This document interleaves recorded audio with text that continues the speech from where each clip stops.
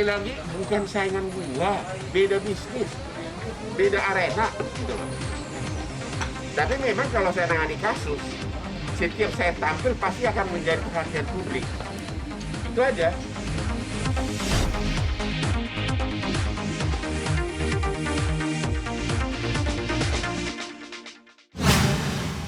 Ya kelanjutannya Anda sendiri tahu, saling membuat kasus masing-masing yang sebelumnya tidak pernah ada kasus tiba-tiba jadi ada. Ya, itulah Anda tahu sendiri. Tapi saya melihat secara pribadi sudah saya wawancara Ibu Desi, kayaknya untuk bersatu lagi itu udah sangat susah.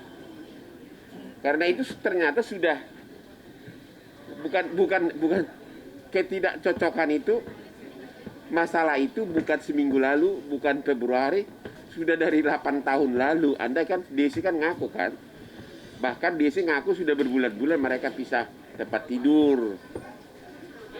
Ya jadi saya melihat itu, makanya kalau saya jadi laki ya udahlah, apa sih persoalannya sih kalau orang mau pisah?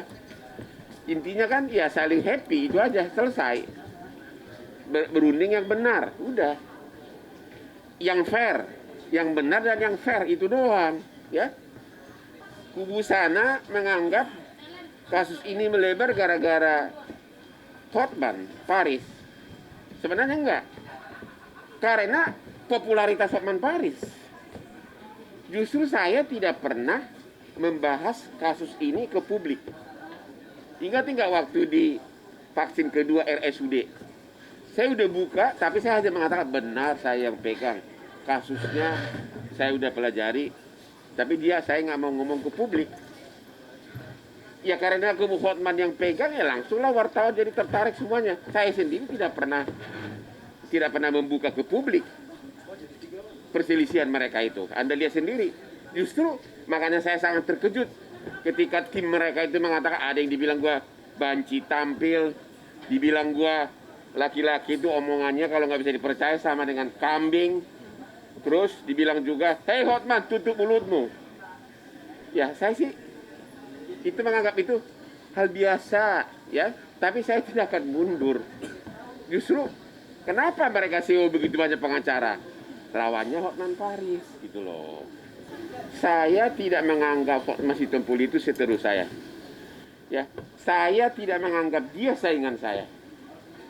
Karena bidang bisnis kami beda. Saya itu adalah perkara-perkara bisnis internasional dan konglomerat khusus bisnis ya. Ya, saya tidak pernah berhadapan dengan dia di pengadilan perdata. Terutama perkara bisnis, nggak pernah.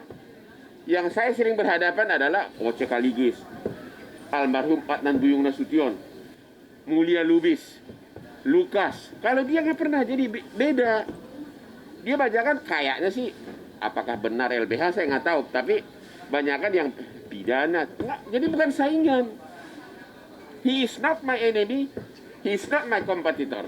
Ya, itu loh. Jadi kalau bilang diadukan disandingkan berdua, saya suka ketawa. Enggak, gue nggak pernah merasa bersaing sama dia. Dia punya kelebihan, aku juga punya kelebihan.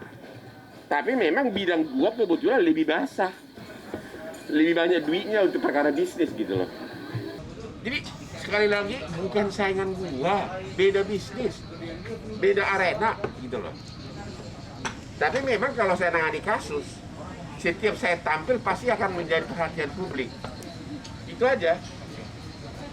Yang bilang banci tampil siapa? Yang duluan bilang Hotman Paris itu banci tampil siapa? Yang mengatakan bahwa apabila omongannya tidak bisa dipercaya sama dengan kambing siapa? Yang bilang Hotman tutup mulutmu siapa? Itulah yang menyangkut kode etik. Kalau dari saya mana ada kata-kata apapun, nggak ada kata-kata apapun, ya tidak ada kata-kata. Terus dia bilang, kamu bikin ibu yang saya cintai 22 tahun untuk ikut-ikutan. Oh my God.